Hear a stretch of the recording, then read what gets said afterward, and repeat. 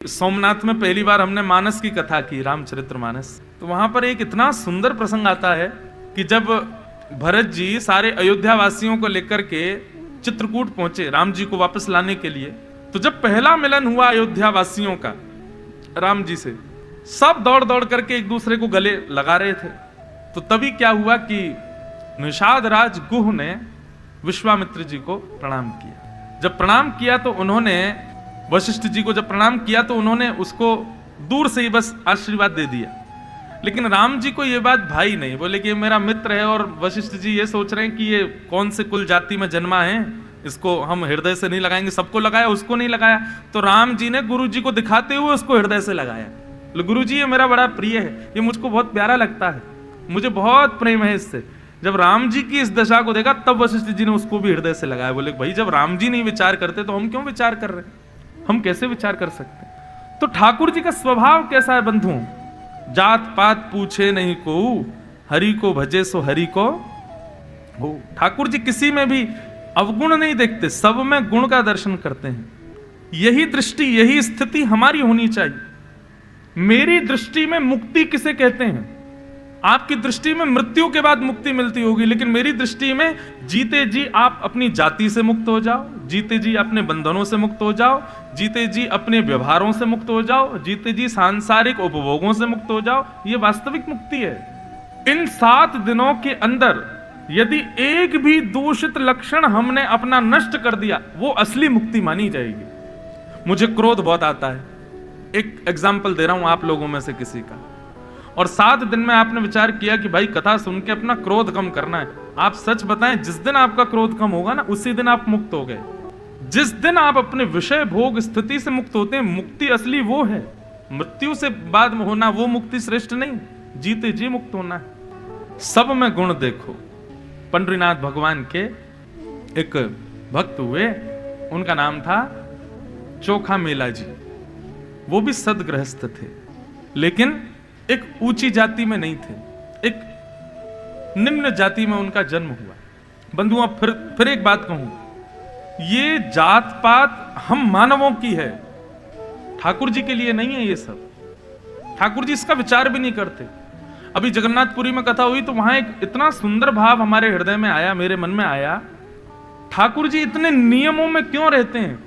उनको पुजारी के अलावा कोई छुएगा नहीं, मंदिर में जो बनेगा वही प्रसाद पाएंगे, मुंह पर पट्टी बांध के भोग लगेगा वही पाएंगे, ऐसा बनाओगे वही पाएंगे। उसमें कई मंदिरों में जैसे निषेध होता है, टमाटर नहीं डालते, बैगन की वस्तु नहीं बनाते, मूली का प्रयोग नहीं करते, और अपरस में रहेंगे। कोई स्पर्श पुजारी को कर ले तो पुजारी सेवा में नहीं जाएगा। इतने नियम ठाकुर जी के मंदिर में।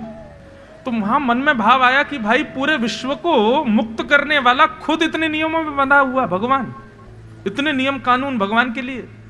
तो मन में पता है क्या भाव आया कि ठाकुर जी इसलिए इतने नियमों में रहते हैं कि भैया कोई में सामर्थ हो तो अपनी प्रेम भक्ति से मेरा नियम तोड़वा के दिखाए। जिसने तोड़वा दिया, और तोड़वाए हैं, कितने भक्तों ने नियम तोड़वाए ठाकुर जी के। अब मुझे स्मृति में नहीं, तुकाराम जी का जाने नामदेव, जो मैं वो थोड़ा कंफ्यूजन रहता है दोनों में, पर एक इनमें से थे, वो दर्शन करने गए पंडरीनाथ भगवान का, तो अपनी पादुका कमर में बांध के ले गए। तुकाराम जी पादुका कमर में बांध के ले गए। क्यों? तुकाराम जी दर्शन करते थे पंडरीनाथ भगवान का, और दृष्टि रहती थी कोई मेरी चप्पल तो नहीं ले जाएगा, कोई उठा तो नहीं ले जाएगा। तुकाराम जी ने मन में विचार किया कि भाई इतना मन ही चप्पलों में जाता है, दूसरे दिन कमर में ही बांध ले गए। बोले अब ठीक है, यहीं बंधी रहेगी, इसमें मन और नहीं लगेगा। विठल भगवान को देखने लगे तो किसी ने देख लिया कि ये चप्पल बांध के लाए हैं, तो शिकायत कर दी। तो पुजारियों ने थोड़ी उनकी शिकायत कर दी, निकाल दिया मंदिर से बाहर। वो चप्पल लेके आए हो भीतर मंदिर में। बाहर जाकर के तुकाराम जी रोने लगे, बोले नाथ मुझे आपका नियम नहीं तोड़ना था, आपका मंदिर अपवित्र नहीं करना था, मुझे तो अपने मन पर भरोसा नहीं। वो बार बार चप्पल का स्मरण करता था, इसलिए कमर में बांध के आ गया था भीतर। लेकिन कोई बात नहीं नाथ, अपराध हुआ है तो आज आपके दर्शन से मैं वंचित हूं। दूर बैठ करके जय जय राम कृष्ण हरि, जय जय राम कृष्ण हरि कीर्तन करने लगे।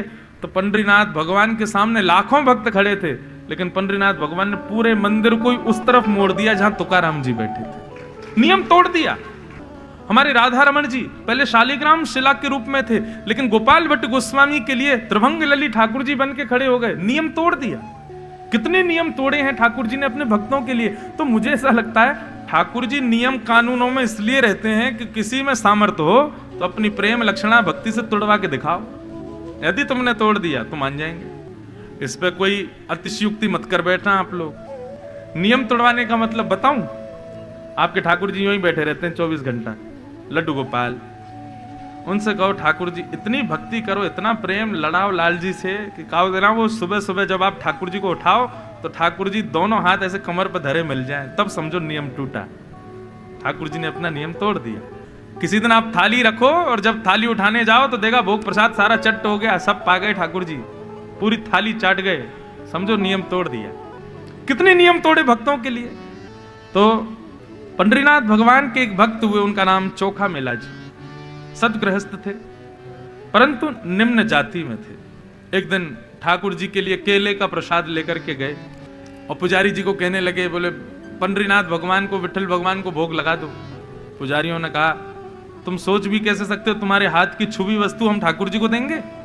आ गए चले, मुंह उठा करके केला लेके, लो भोग लगा दो, चलो जाओ वापस यहां से, और तुम दूर से ही दिखा दो, तुम्हारी इतनी सामर्थ्य है, तुम दूर से दिखा दो बस और चले जाओ। चोखा मेला जी को बड़ा बुरा लगा, रोने लगे, एकांत में बैठ करके ठाकुर जी से कहने लगे मेरी गलती क्या है इसमें, आप ब्राह्मण कुल में भेजते मुझे, इसमें मेरी क्या गलती कि मैं कैसे माता पिता के घर में जन्मा हूं, इसमें मेरी क्या गलती कि ये जात पात का पूरा कार्यक्रम आपने बना रखा है, इसमें मेरा क्या दोष है, मेरा तो भाव शुद्ध है ना, मेरा तो मन पवित्र है ना। ठाकुर जी ये सब दोष आपके हैं, मेरे नहीं है। और यदि इस जन्म में, इस जाति में मैं आपका भोग नहीं लगा सकता, ब्राह्मण कुल के ही आप केवल अधिकारी हो, तो ठीक है मैं अपने प्राण त्यागता हूं, और प्राण त्याग करके ब्राह्मणों का स्मरण करके प्राण त्यागूंगा, क्योंकि अंते यामति सागति, अंत में जो सोचते हैं वो अगले जन्म में बनते हैं। तो ब्राह्मणों का चिंतन करके मरूंगा तो अगले जन्म में जब ब्राह्मण बनूंगा तब आपका भोग लगाऊंगा। भले बने बैठे हो जगन्नाथ, नाम बदल लीजिए आप अपना, आप जगन्नाथ नहीं हो, आप ब्राह्मण नाथ हो, आप ऊंची पदवी वालों के नाथ हो, आप पैसे वालों के नाथ हो। ऐसे करके ठाकुर जी को छेड़ने लगे, रोने लगे और अन्न जल त्याग करके बैठ गए। बोले अब तो बस प्राण त्यागने, क्यों, क्योंकि इस देह से तो ठाकुर जी सेवा स्वीकार नहीं करेंगे ना। जैसे ही इस भाव में आए, मंदिर में बैठे पंडरीनाथ भगवान विचलित हो गए और अर्धरात्रि के समय चोखा मेला जी के द्वार पर उन्होंने देखा कि दिव्य तेज प्रकट हुआ है, चंदन की सुगंधी आ रही है, नूपुरों की छम छम आवाज आ रही है।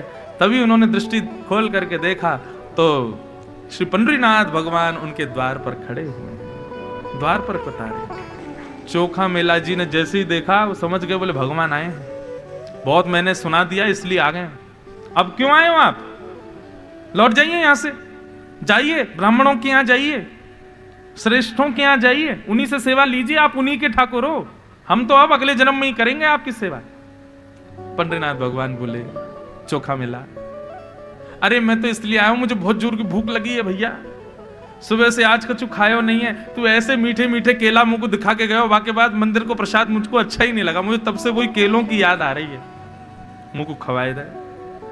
ठाकुर जी भीतर प्रवेश कर गए और बैठ करके जैसे ही पाने लगे, ठाकुर जी बोले नहीं यहाँ पाटे पे बैठ के नहीं, तुम्हारी गोद में बैठ के पाएंगे। और चोखा मेला जी की गोद में लटक करके ठाकुर जी उनके हाथों से केला खा रहे हैं। बोले देखो मंदिर में तुम भोग लगा के जाते तो थाल में सजा के हमको दिखा के वापस कर दिए जाते, लेकिन हमको मंदिर में नहीं चाहिए था, हमको तो ऐसे तुम्हारे घर आके पाना था, इसलिए वहां स्वीकार नहीं किया। ठाकुर जी ने प्रेम से केला पाए, बोले सुनो 2 केला और दे दो।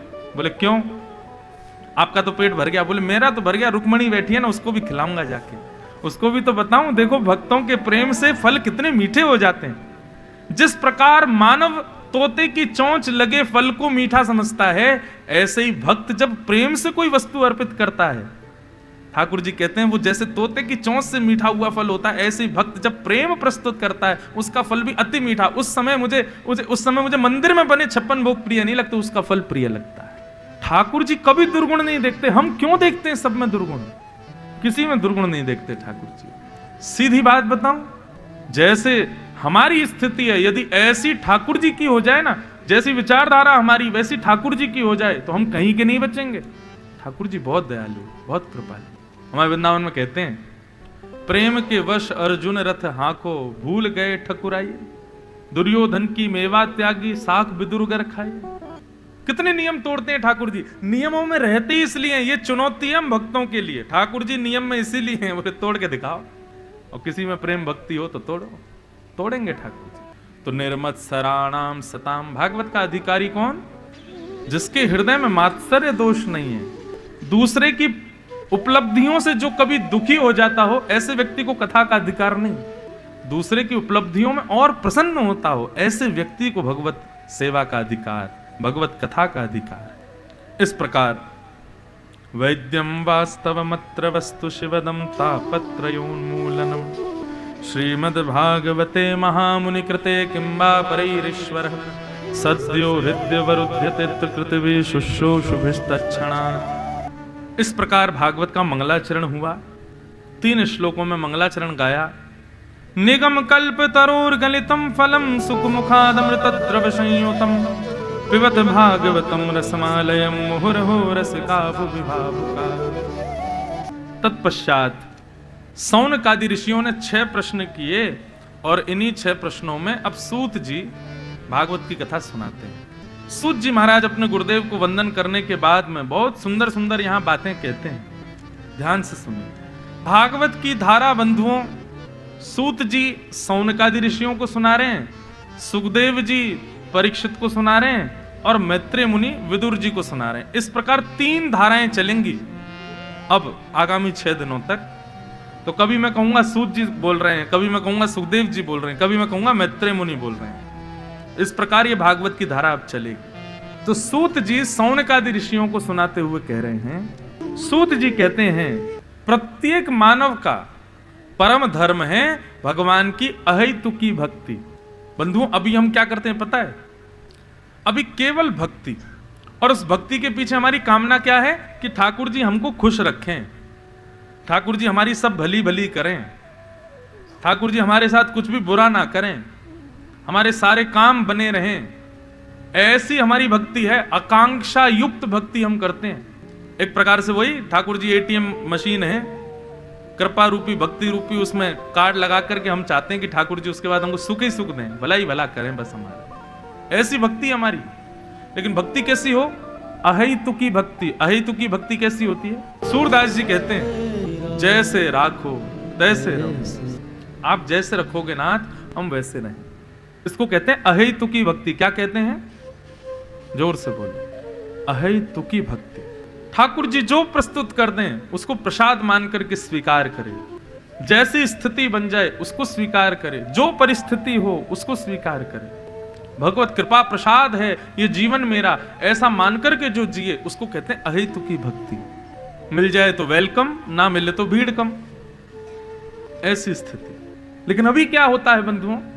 मिल जाए तो ही ठाकुर जी का वेलकम है, नहीं मिले तो ठाकुर जी भी बाहर घर से। कुछ अच्छा करते ही नहीं हो आप। कई लोग तो देवता ही बदलते रहते हैं, कभी हनुमान जी, कभी अंबा मैया। आजकल कौन चल रहे हैं? आजकल शंकर जी का ज्यादा क्रेज चल रहा है, ट्रेंड में चल रहे हैं शंकर जी। आजकल कहां पहुंच गए? बोले आजकल जो है शनि महाराज ज्यादा बढ़िया है। हमारे महाराष्ट्र में एक स्थान है शनि सिग्नापुर, मैं गया हूं वहां दर्शन करने, बहुत बढ़िया जगह है। वहां जब मैं गया था, छोटा था, नगर में पिताजी की कथा हुई थी, अहमदनगर। तो वहां से जब हम गए शनि सिग्नापुर, तब वहां प्रसिद्धि थी कि वहां घरों में गेट नहीं होते, लॉक नहीं लगाता कोई। क्यों? बोले चोर आ ही नहीं पाते, चोर आके चोरी करते हैं तो अंधे हो जाते, ऐसा मैंने सुना था। अभी भी ऐसा है वहां पर शनि सिग्नापुर। तो हम लोग क्या करते हैं, हवा जहां की उस देवता को पकड़ लेते हैं। विश्वास कितना कच्चा हम लोगों का, एक जगह स्थिति नहीं रखते अपनी। हमारे गुरुदेव कथा सुनाते हैं कि एक व्यक्ति था, गोपाल जी की बहुत सेवा करता था, लड्डू गोपाल जी, लेकिन ज्यादा संपन्न नहीं था। और उसका एक मित्र था, वो करोड़पति, और वो शंकर जी की आराधना करता था। एक दिन दोनों मिले तो उसने कहा, भाई तुम इतने सालों से पूजा अर्चना सब करते आए हो, लेकिन तुम्हारी स्थिति दिन ब दिन कम ही होती जा रही, बढ़ तो रही नहीं है। उसने कहा क्या करें? गोपाल जी की पूजा करते हैं। और हम देखो, हम करोड़पति हो गए, हम शंकर जी की पूजा करते हैं। सुनो मेरी बात मानो, तुम ना शंकर जी घर पे ले आओ और कुछ दिन रुद्राभिषेक रोज करो। शंकर जी बड़े दयालु देव हैं, जल चढ़ाओ, दूध चढ़ाओ, कुछ भी चढ़ाओ, धतूरा चढ़ाओ, बिल्वपत्र चढ़ाओ, उसी से ही खुश हो जाते हैं। तो उसने वही किया, शंकर जी ले आया और घर में शंकर जी की सेवा करनी जैसी प्रारंभ की तो जो गोपाल जी थे उनको उठा करके अलमारी में धर दिया। बोले अब तुम यहीं विराजो, इतने दिन में तो कोई कृपा करी नहीं आपने, यहीं बैठे रहो। अब तो शंकर जी पूजे जाएंगे। शंकर जी की जैसी पूजा करने लगा तो अभिषेक आदि करने के बाद में उसने धूप बत्ती वगैरह जलाई, बढ़िया प्रेम से अभिषेक करने लगा तो धूप बत्ती का सहज ही धुआं जो था वो उठ करके वहां जाने लगा जहां अलमारी में गोपाल जी बैठे थे। तो उसके मन में पता है क्या बात आई? बोले अच्छा, अभी आज तक तो इन्होंने मुझ पर कृपा करी नहीं, अब ये दूसरा देवता आ गया ना तो चिढ़ के देखो उसकी धूप बत्ती की सुगंधी भी खुद ही लिए जा रहे हैं, अपने पास ही ले रहे हैं, अपने पास खींच रहे हैं। अभिषेक करने के बाद बोलो अभी बताता हूं, उठ करके गया और अलमारी खोल के बोला बोले आज तक तो मुझ पर कोई कृपा करी नहीं, अब शंकर जी की आराधना भी नहीं करने दे रहे हो, उनकी धूप बत्ती, आज धूप बत्ती के धुआं को ले रहे हो, उनकी सुगंधी ले रहे हो, कल भोग भी खा जाओगे उनका, अब उनको भी कृपा नहीं करने दोगे, रुको मैं तुमको बाहर छोड़ के आऊंगा घर से। जैसे ही गोपाल जी पकड़े सो ही गोपाल जी प्रकट हो गए। प्रकट होकर के उससे कहे अरे भाई ऐसा क्यों करता है? उसने कहा आज तक आप प्रकट नहीं हुए और आज शंकर जी की आराधना हुई आप प्रकट हो गए। भगवान आपकी चतुराई समझ गया मैं, आप जैसा ईर्ष्यालु कोई नहीं है। बताओ दूसरे देवता की पूजा से इतनी ईर्ष्या की प्रकट हो गए, मैंने इतने आपके भोग लगाए, इतने आपकी आराधना करी, कभी प्रकट नहीं हुए। गोपाल जी बोले देख आज तक तू आराधना पूजा सेवा सब करता था, परंतु आज जब धुआं मेरी तरफ आया तो तेरे मन में ऐसी भावना आई कि मैं धुआं सूंघ रहा हूं, मतलब मैं मूर्ति नहीं हूं, मैं चैतन्य। तेरे मन में ये विचारधारा आई कि भाई ये साधारण मूर्ति नहीं है, इनके अंदर भी इच्छा है अपनी पूजा करवाने की। आज तूने मुझे मूर्तिमान मान करके मेरे को अपने पूजा से नहीं हटाया, तूने साक्षात चैतन्य मान करके मुझे हटाया, इसलिए मैं प्रकट हो गया। अभी तक तू मुझे मूर्ति मानता था, लेकिन आज तेरी स्थिति ऐसी बनी तूने मुझे चैतन्य माना। तो विश्वास हमारा बहुत जल्दी डगमगा जाता है, थोड़े थोड़े देर में ही हम लोग देवता बदल देते हैं। ऐसा नहीं। सबई पुंसाम परो धर्मो यतो भक्तिर अदोक्षजे। सभी पुरुषों का परम धर्म क्या है? अदोक्षज भगवान की अहेतुकी भक्ति।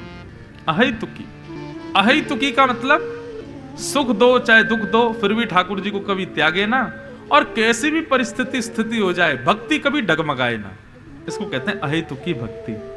महाराष्ट्र के एक भक्त हुए, उनका नाम था गणपत, और जैसा नाम था उसी देवता के वो भक्त थे। किनके? गणपति जी के। उनका नाम था गणपत भट्ट।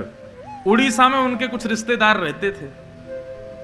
एक बार उड़ीसा गए, उड़ीसा जैसे ही गए तो उड़ीसा के वो लोग उनको लेके जगन्नाथपुरी चले गए। जगन्नाथपुरी जैसे ही गए तो जगन्नाथपुरी जाकर के सबने कहा चलो भाई श्री मंदिर में तुमको दर्शन करके लाएं जगन्नाथ भगवान का। उन्होंने पूछा कौन है जगन्नाथ भगवान? बोले जगन्नाथ भगवान साक्षात श्री कृष्ण का स्वरूप है, श्री कृष्ण का ही जगन्नाथ भेष है। तो गणपत भट्टी जी बोले नहीं नहीं नहीं नहीं मैं नहीं जाऊंगा, मैंने सुना है उनके बारे में वो बड़े खतरनाक है। बोले खतरनाक कैसे? बोले मैंने सुना है ये मदन मोहन मनमोहन कृष्ण का कोई दर्शन कर ले तो फिर और किसी को देखे ही नहीं पाता, उन्हीं का हो जाता है। और मैं तो मेरे आराध्य देव गणेश जी हैं, मैं उनके अलावा किसी को नहीं देख सकता, मैं अपनी भक्ति को कभी डगमगाने नहीं दे सकता। मेरे तो केवल गणेश जी हैं, मैं उनके अलावा किसी को देखूंगा ही नहीं।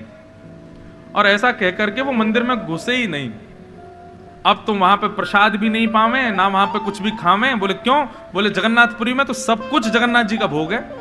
बोले कहीं मैंने भोग पा लिया और मेरे मन से गणेश जी की भक्ति चली गई तो भोग भी नहीं पावे। समुद्र के किनारे जाकर के रोने लगे, इतनी दूर महाराष्ट्र से चल करके मैं यहाँ आ गया, मुझे अगर पहले पता होता कि यहाँ कृष्ण भगवान का मंदिर है तो मैं आता ही नहीं, मैं तो गणेश जी का मंदिर जान के आया था, अब क्या करूं। तो मंदिर में बैठे हुए जगन्नाथ भगवान इतने रीझ गए उनके इस भाव से, न जाने कौन से गुण पर दयानिधि रीझ जाते, न जाने कौन सा गुण उनको भा जाए। गणपति भट्ट के इस भाव से रीझ गए कि भैया देखो ये गणेश जी का कितना बड़ा भक्त है कि उनके आगे मेरे को देखना इसको मंजूर नहीं। इतने में ही ठाकुर जी एक छोटे से बालक का रूप बना करके समुद्र किनारे पहुंच गए और जाकर के गणपति भट्ट से बोले भैया आप कुछ खा लीजिए, थोड़ा कुछ पानी पी लीजिए। अरे मुझसे मत बोलना, यहाँ ये जगन्नाथपुरी है, पुरुषोत्तम क्षेत्र में सब भगवान जगन्नाथ का ही प्रसाद होता है और मैंने कहीं पा लिया और मेरी कहीं निष्ठा नष्ट हो गई गणेश जी के प्रति, तो अब तो भैया मैं प्रतीक्षा कर रहा हूं कब जाऊं यहाँ से वापस महाराष्ट्र, अपने गणेश जी की पूजा करूंगा तब कुछ पाऊंगा। तो छोटा सा बालक बोला, बालक थोड़ी था, जगन्नाथ जी थे। बोले अरे भैया तुमको किसी ने बहका दिया है, ये जगन्नाथ भगवान जो हैं ये गणेश जी हैं, ये गणेश जी का ही मंदिर है। बोले गणेश जी हैं? बोले हाँ। अच्छा, उनके बड़े बड़े कान हैं? बोले और नहीं तो कान हैं। उनका बड़ा पेट है? बोले बहुत बड़ा पेट है। उनकी सूंड है? बोले बहुत प्यारी सूंड है श्री जगन्नाथ जी की, चलो तुमको दर्शन करा मैं।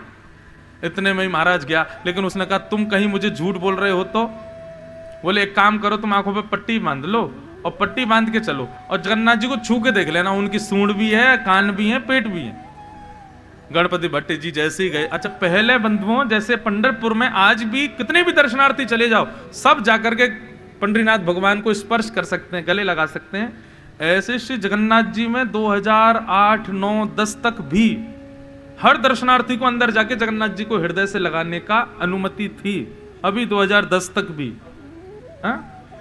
2014 तक, उसके बाद से अभी बंद हो गया, मतलब पिछले 8-9 वर्षों में। बाकी पहले सब लोग भीतर जाके जगन्नाथ जी को स्पर्श कर सकते थे। तो गणपति भट्ट जी आंखों पे पट्टी बांध के गए और जैसे ही ब्रह्मवेदी पे पहुंचे जगन्नाथ जी के पास,